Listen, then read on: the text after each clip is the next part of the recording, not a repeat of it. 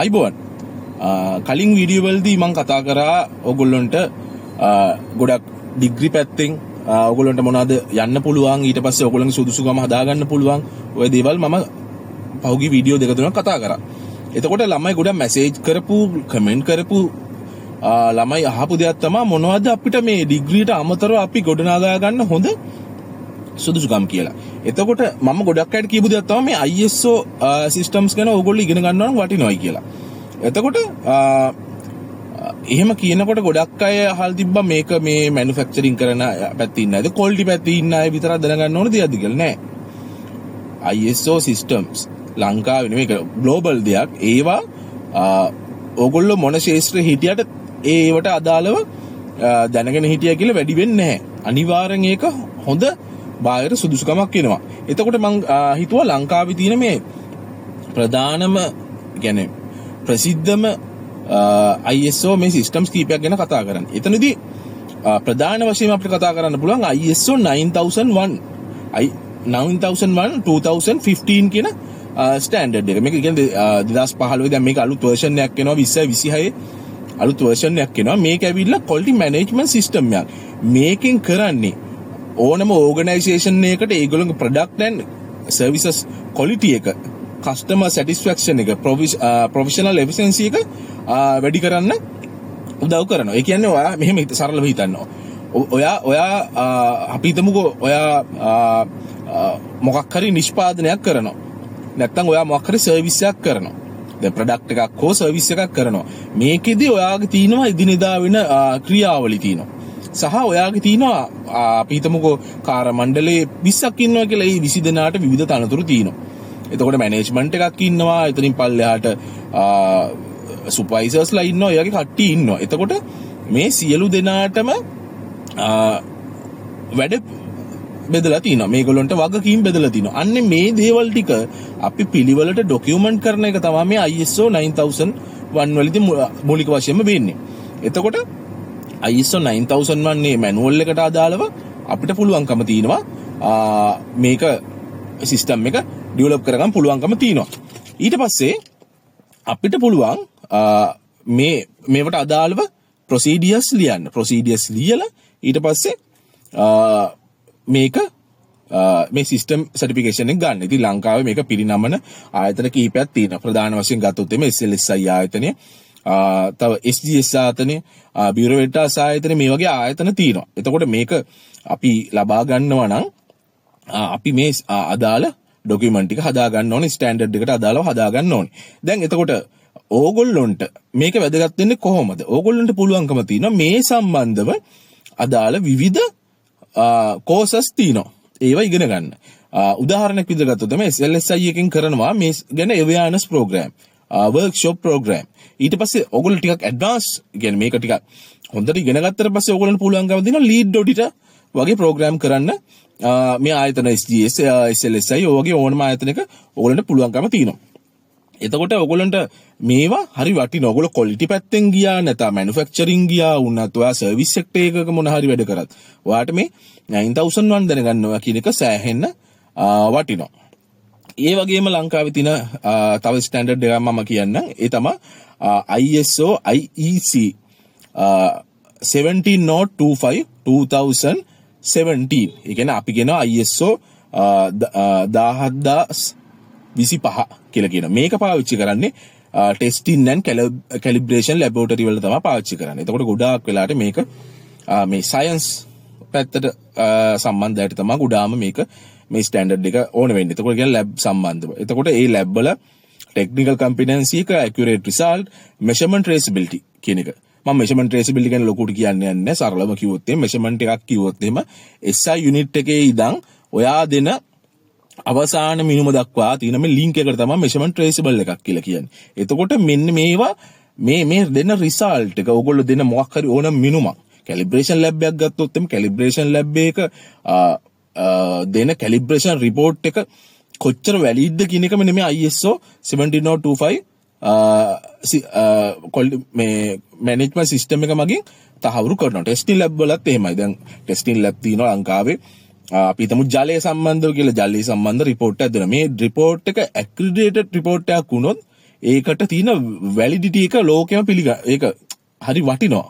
එතකොට මොකද නිකන් ලැබ් එකකට වඩා කෙනෙක් දැන් පෙළඹෙනවා මේ වගේ ඇක්‍රෙඩිටඩ් රිපෝට් එකක් ගන්න. එතකොට ලංකාවේ තියෙන තවත් ප්‍රමුඛතම ස්ටෑන්ඩඩ් එක තමයි 17025 කියලා කියන්නේ. එතකොට මේවත් ඉතින් ඕගොල්ලන්ට ලංකාවේ ඉගෙන ගන්න පුළුවන් SLAB ශ්‍රී ලංකා ඇක්‍රෙඩිටේෂන් බෝඩ් එකේ වගේ ඉගෙන ගන්න පුළුවන්කම තියෙන මේ සම්බන්ධව ප්‍රෝග්‍රෑම් දිනු ගිහිල්ලා බලන්න වෙබ්සයිට් එකට.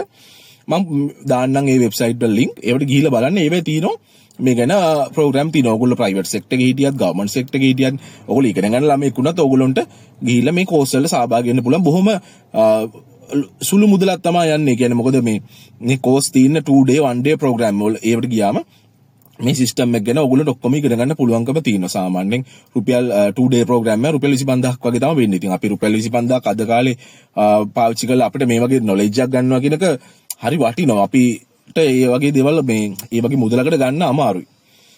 ඊට පස්සේ මම තව ස්ටෑන්ඩඩ් එකක් කියන්න. ලංකාවේ තියෙනවා ISO 14001 කියලා කියන්නේ මේක ඇවිල්ලා environmental management system එකක්. එතකොට යම් ආයතනයක් එයාට පුළුවන්කම තියෙනවා එයාගේ ඒගොල්ලොන්ගේ මේ පරිසර දූෂණය අවම කරන්න, ඒගොල්ලොන්ගේ environmental performance වැඩි කරන්න වගේ දේවල් කරන්න පුළුවන්කම දෙන මේ ස්ටෑන්ඩඩ් එක ගත්තොත් එimhe. එතකොට ගොඩක්ම දැන් ආයතන හැම ගොඩක් මැනුෆැක්චරින් ආයතන එහෙම ඒගොල්ලෝ මේ සස්ටේනබල් වෙන්න බලන. කියන්නේ අර මේක මේ චිරස්තීන වෙන්න බලන.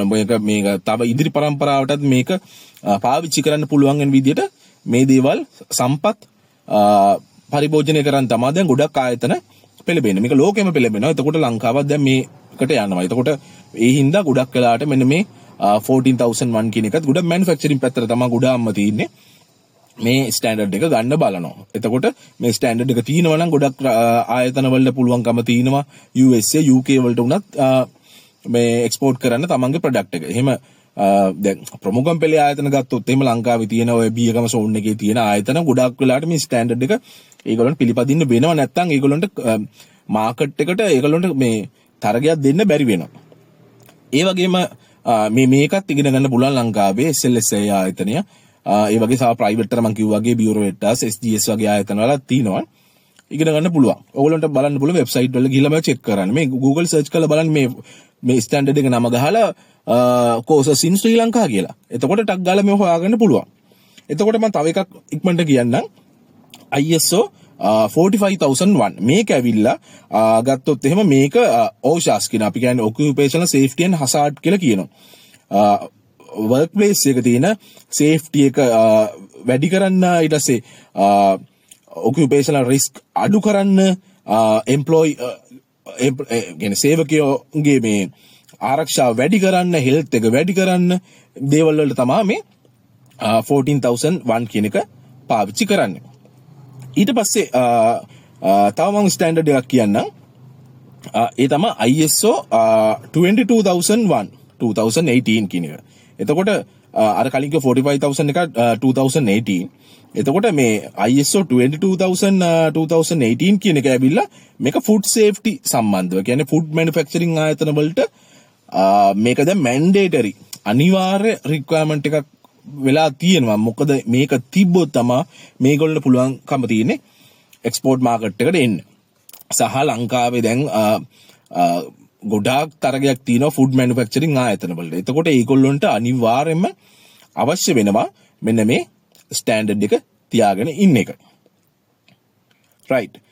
ඊට පස්සේ මම කතා කරන්න තව ස්ටෑන්ඩඩ් එක තව තියෙනවා ISO IEC 27001. මේක ලංකාවට ටිකක් අලුත්. හැබැයි මේක ලංකාවේ ඉදිරියේ ලොකු මේ පෙරලියක් රෙවොලුෂන් එකක් කරන්න පුළුවන් ස්ටෑන්ඩඩ් එකක්. මේක ලංකාවේ මේ වෙනකොටත් IT related companies ගොඩක් අරගෙන තියෙනවා. මේක ඇවිල්ලා informational security management system එක කියලා කියනවා. ISMS කියලා අපි කෙටියෙන් කියන්නේ.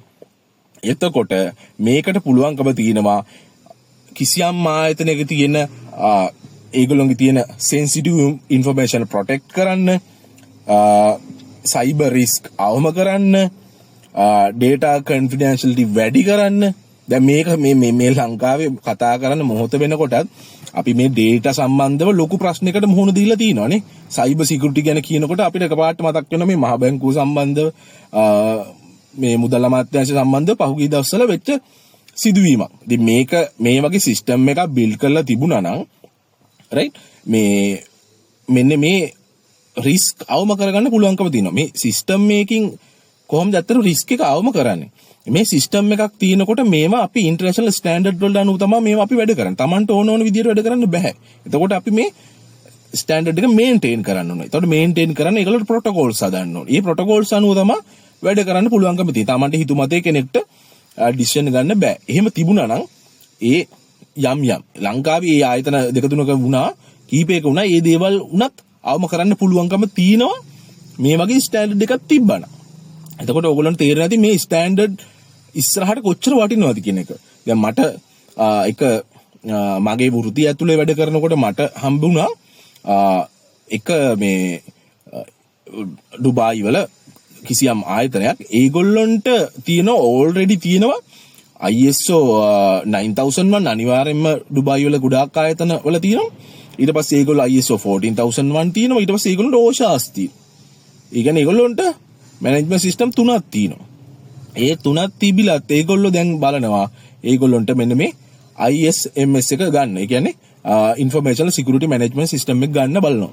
හේතුව මොකද මේගොල්ලෝ ලොකු මාකට් එකට ලොකු මේගොල්ලෝ සර්විස් එකක් දෙනවා. මම ආයතනේ මොකද කියන්නේ ලොකු සර්විස් එකක් දෙනවා. මේගොල්ලොන්ට තමන්ගේ ඉන්ෆර්මේෂන් වල කොන්ෆිඩෙන්ෂියලිටි ගැන මේගොල්ලෝ ලොකුවට වොරි වෙනවා.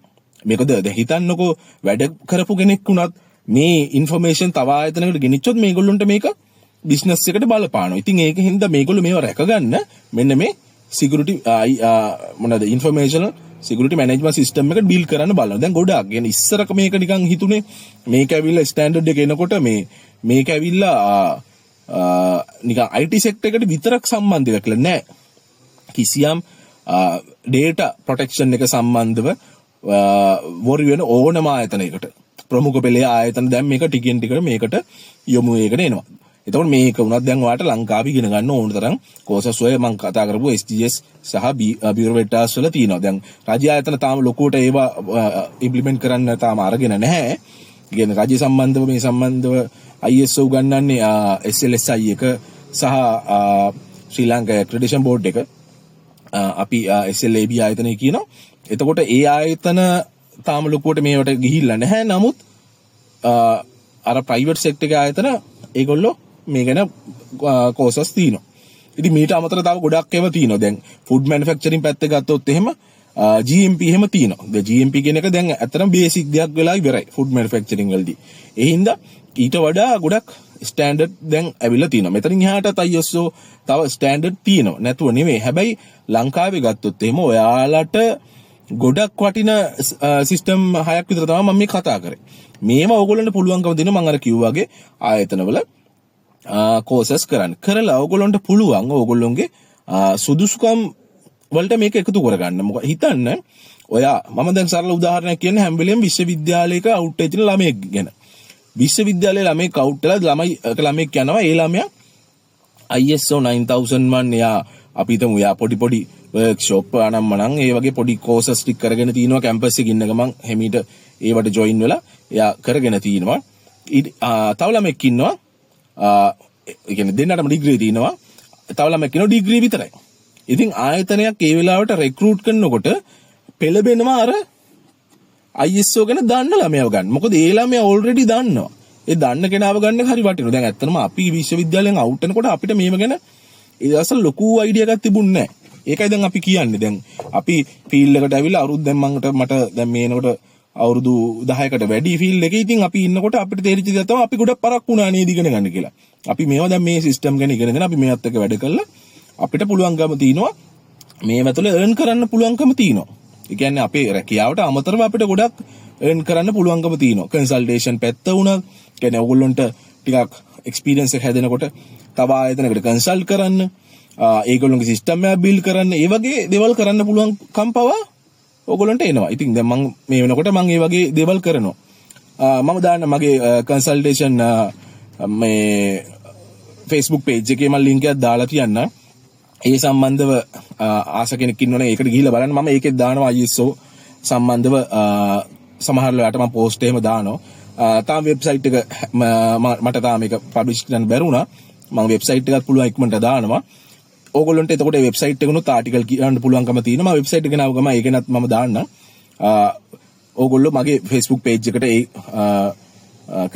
ISO consultation page එකටත් ගිහිල්ලා බලන්න. මම ඒකේ දාන ආටිකල් වලින් ඕගොල්ලන්ට පුළුවන්කම තියෙනවා දේවල් ඉගෙන ගන්න. ඉතින් මේවා දැන් ලෝකේ හරි දියුණුයි. ඉතින් ඕගොල්ලන්ට ඉන්ටර්නෙට් වල සර්ච් කරලා ඕගොල්ලන්ට මේවා ඕන තරම් හොයාගන්න පුළුවන්. එතකොට මේ දේවල් බලලා ඉගෙන ගන්න. හරි වටිනවා. එතකොට ඕගොල්ලෝ රැකියාවකට ගිහිල්ලා ඕගොල්ලෝ මේ වගේම perform කරනකොට ඕගොල්ලන්ට ලොකු පිළිගැනීමක් ලොකු ස්ථානයක් තියෙනවා නිකන් උපාධියක් අරගෙන යන කෙනෙක්ට වඩා. මේක ඇත්තටම ලොකු තරගයක් තියෙන වෙලාවක් මේ වෙලාවේ. මොකද ලෝකෙම රැකියා කප්පාදුවකට යන වෙලාවේ. දැන් අපි කතා කරනවා මේ වෙලාවේ AI නිසා රැකියා රිප්ලේස් වෙනවාද කියලා. නෑ. AI ගැන දැනගෙන ඉන්න මිනිස්සයා තමයි මේකෙන් දිනන්නේ. ඉතින් ඇත්තටම ඕගොල්ලෝ හිතන්නේ AI දන්නවා ඔයා මේවත් දන්නවා. ඕගොල්ලොන්ට ලොකු මාකට් වැලියු එකක් තියෙනවා. AI ගැන මට මම වෙලාවක වීඩියෝ එකක් කරන්නම්. ඇත්තටම AI කියන එක අද වෙනකොට ගොඩක් අය හිතනවා හතුරෙක් කියලා. නෑ, හතුරෙක් නෙමෙයි. AI කියන්නේ මිතුරෙක්. AI පාවිච්චි කරලා අපිට ගොඩාක් දේවල් කරන්න පුළුවන්කම තියෙනවා. මේ වෙනකොට මම මගේ වැඩ ගොඩාක් පහසු කරගෙන තියෙනවා AI මගේ. දැන් AI කිව්ව ගමන් ගොඩක් අය දන්නේ ChatGPT විතරයි. ChatGPT වලින් එහාට ගියාම ගොඩාක් දේවල් තියෙනවා ඕගොල්ලන්ට ඉගෙන ගන්න. හොඳයි. එහෙනම් මම හිතනවා මම මේ පොඩි වීඩියෝ එකක් කතා කරේ. වැඩි වෙලාව ගන්න නැතුව ලංකාවේ ඕගොල්ලොන්ට ඉගෙන ගන්න පුළුවන් ඕගොල්ලොන්ට මාකට් වැලියු එකක් තියෙන ISO සිස්ටම් ටිකක් තමයි මම කිව්වේ. බේසික් දේවල් වලින් ඉගෙන ගන්න. ISO 9001 වලින් පටන් ගන්න. එතනින් පල්ලෙහාට යන්න. මොකද ඒක තමයි හાર્ට් එක. එතනින් තමයි ඔක්කොම දේවල් බෙදිලා යන්නේ. 9001 දන්න මනුස්සයාට අනිත් ඒවා ඉගෙන ගන්න හරිය ලේසි.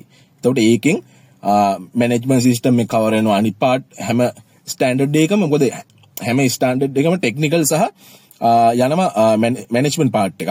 එතකොට මැනේජ්මන්ට් පාර්ට් එක කවර් කරගන්න පුළුවන් 9001 ඔයා ඔල්රෙඩි දන්නවනම්. එතකොට ඔයාට තනියම වුණත් කවදා හරි දවසක ඔයාගේ ආයතනයක ඔයාට පුළුවන්කම තියෙනවා මේ සිස්ටම් එක බිල්ඩ් කරන්න. ඔයා මේ දේවල් ඉගෙනගෙන ඉන්නවනම්. මේ රොකට් සයන්ස් නෙමෙයි ඇත්තටම කීවල බලලා ඔයගොල්ලෝ තනියම වුණා ඉගෙන ගන්න පුළුවන්. හැබැයි මම යෝජනා කරනවා තනියම ඉගෙන ගන්නවට වඩා හොඳයි ඔයගොල්ලෝ අර වගේ වර්ක්ෂොප් වලට කෝස් වලට ගිහිල්ලා මේ දේවල් ඉගෙන ගන්න. එතකොට ඔයගොල්ලන්ට පුළුවන්කම තියෙනවා මේවා බොහොම රහට එක්ස්පීරියන්ස් තියෙන මිනිස්සුන්ගෙන් ඉගෙන ගන්න. ඒවට ගියාම දැන් හිතන්න ඕගොල්ලෝ විශ්වවිද්‍යාලේ ගෙන ළමෙක් කියලා ඔයාට එක්ස්පීරියන්ස් එකක් නැහැ නේ. එතනට ගියොත් ඔයාට පුළුවන්කම තියෙනවා. එතනට එනවා ගොඩක් වෙලාට ආයතන වලින් මේ එක්ස්පීරියන්ස් තියෙන කට්ටිය ඔය කෝස් වලට එනවා. එතකොට ඒගොල්ලොත් එක්ක වැඩ කතා බහ කරලා කනෙක්ෂන් හදාගෙන ඕගොල්ලන්ට පුළුවන්කම තියෙනවා මෙන්න මේ දේවල් වල ඉගෙන ගන්න. ඇත්තට මිනිස්සු මේ අද කාලේ අපි ගොඩක් වෙලාට මේ වැඩවල ගියා මිනිස්සු හම්බුනම කතා බහ කරලා මේ දේවල් ඉගෙන ගන්න ඕනේ. මම මේ ශාස්ත්‍රයේ අවුරුදු 10කට වඩා ඉඳලත් මම අද වෙනකොට මම මොකක් හරි වැඩකට ගිය ගමන් මම අඩුම බලනවා එතනින් මම දෙන්නෙක් හරි මම අඳුර ගන්න. මට ඒක හරි වටිනවා. ඒ කන්ටැක්ට්ස් ඊට පස්සේ ඕගොල්ලන්ට කවදා හරි ජොබ් ඉන්ටර්විව් එකක් යන්න ඒගොල්ලෝ ඔපචුනිටි එකක් ආවොත් ඒ වගේ chance පවා අපිට ජීවිතේ හම්බෙලා තියෙනවා. ඒ හින්දා ඒ වගේ කෝස් වල ගිහලා එක්ස්පීරියන්ස් තියෙන මිනිස්සුත් එක්ක කතා බහ කරලා ඕගොල්ලොන්ගේ නොලෙජ් එක වැඩි කරගන්න කියලා මම යෝජනා කරනවා. මේක A level ළමෙක්ටත් වඩා මම මේ කතන්දරේ යෝජනා කරන්නේ විශ්වවිද්‍යාල මට්ටමේ ඉන්න ළමයින්ට සහ ඩිග්‍රිය අරගෙන දැන් එක්ක ගෙදර ඉන්න එහෙම නැත්නම් ඉන්ටර්න් සහ ජොබ් එකක් කරන ළමයිට. ඕගොල්ලෝ මේනකොට අවුරුදු 2-3ක එක්ස්පීරියන්ස් තිබිලත් ඕගොල්ලෝ ISO ගැන ඉගෙනගෙන නැතිනම් හිතන්න ඕගොල්ලෝ දැන් මේක තමයි වෙලාව ISO ඉගෙන ගන්න. මොකද ලෝකෙම දැන් ලොකු තරඟක යන්නේ. ඕගොල්ලොන්ගේ තරඟේ ඉස්සරහන් දුවන්න ඕන නම් ඕගොල්ලොන්ට කරන්න පුළුවන් හොඳ කෝස් ටිකක් මම කතා කරේ. මම ආයි තව වීඩියෝ ටිකක් ගේන්නම් ඉස්සරහට මට පුළුවන් වෙලාවට AI ගැන ලංකාවේ අපි ඉගෙන ගත්තොත් වටින්නේ මොනවද? ඊට පස්සේ අපිට වෙන මොනවද අපිට මේ කරන්න පුළුවන් කෝසස් එහෙම මම අධ්‍යාපනය සහ රැකියා වෙළඳපොළ ගැන තමයි පුළුවන් තරම් මේ දේවල් කතා කරන්න බලන්නේ. මොකද මේවා අපි ෂෙයා කරන තමයි මේවා හැමෝම අතරම යන්නේ. එතකොට ඒක කවදා හරි මම හිතනවා මටත් සහ එතනින් පසු පරම්පරාවට උනත් මේක මේ ක්‍රමේ හැමෝටම උදව් වෙවි මේක යයි කියලා. ඉතින් නොලෙජ් එක අපි බෙදා ගන්නයි ඕනේ. මට පුළුවන් දේවල් මම ආස කරන දේවල් මම පුළුවන් වෙලාවට ඕගොල්ලන්ට වීඩියෝ විදිහට ගේන්න. හරි එහෙනම් අපි තවත් වීඩියෝ එකකින් හම්බෙමු. වීඩියෝ එක වැඩි දික් නොවෙන හින්දා මෙතනින් මං දික් වෙන හින්දා මෙතනින් නවත්තනවා. අපි තව වීඩියෝ එකකින් කතා කරමු ඕගොල්ලන්ට තියෙන අර කිව්වා වගේ රැකියාව වෙළඳපොළ සම්බන්ධව ඕගොල්ලන්ට ඉගෙන ගන්න හරි වටින තව මොනවද කෝස් කියලා. මම මේක හොඳ අධ්‍යයනයකින් යුතුව තමයි කරන්නේ. මොකද මේවා අපේ ජීවිත සම්බන්ධ දේවල්. මොකද ඕගොල්ලෝ තාම සමහරලාට ඩිග්‍රී අරගෙන ඕගොල්ලෝ හිතනවා වෙන්න පුළුවන් තාම යන පැත්ත. තාම හිතාගෙන දැන් මම මගේ පහත් එක හදාගෙන ඉවරයි. එතකොට මම කියන දෙයකින් ඕගොල්ලොන්ගේ ජීවිතේ හොඳ පැත්තට යන්නයි මට ඕනේ. මොකද අපි කෙනෙක්ට වරද්දලා වැඩක් නැහැ. මිනිස්සෙක්ට වරද්දලා වැඩක් නැහැ. කෙනෙක්ව හොඳ පැත්තට ගන්නයි ඕනේ. ඉතින් මම බොහෝම පරිස්සමින් මේ දේවල් තෝරලා බේරලා තමයි මම කියන්නේ. ඒකට සමාජයේ මොකද අපි ඩිජිටල් අවකාශයට මම YouTube එකට මේ වීඩියෝ එක මේ කරන්නේ. මම පුළුවන් වුණා මේක මම Facebook එකටත් දානවා. එතකොට මේ ඩිජිටල් අවකාශයේ තියෙන දේවල් බලලා තරුණ පිරිස ඉගෙන ගන්නවා. ඉගෙන ගන්න මේකෙන් ප්‍රයෝජනයක් ගන්නවා. හින්දා හොඳ දෙයක් තමයි අපි සමාජයට දාන්න ඕනේ. හින්දා මම හිතනවා මේ වීඩියෝ එකෙන් ඕගොල්ලන්ට වටින දෙයක් මම දුන්නයි කියලා. හරි එහෙනම් අපි ආයි දවසක තව වීඩියෝ එකකින් හම්බෙමු. හම්බෙලා අපි කතා කරමු අපිට කොහොමද අපේ තියෙන opportunities වැඩි කරගන්නේ කියලා. හරි. එහෙනම් අපි තවත් වීඩියෝ එකකින් හම්බ වෙනකන් අදට මම සමු ගන්නවා. මම තිල්න සුපුන්.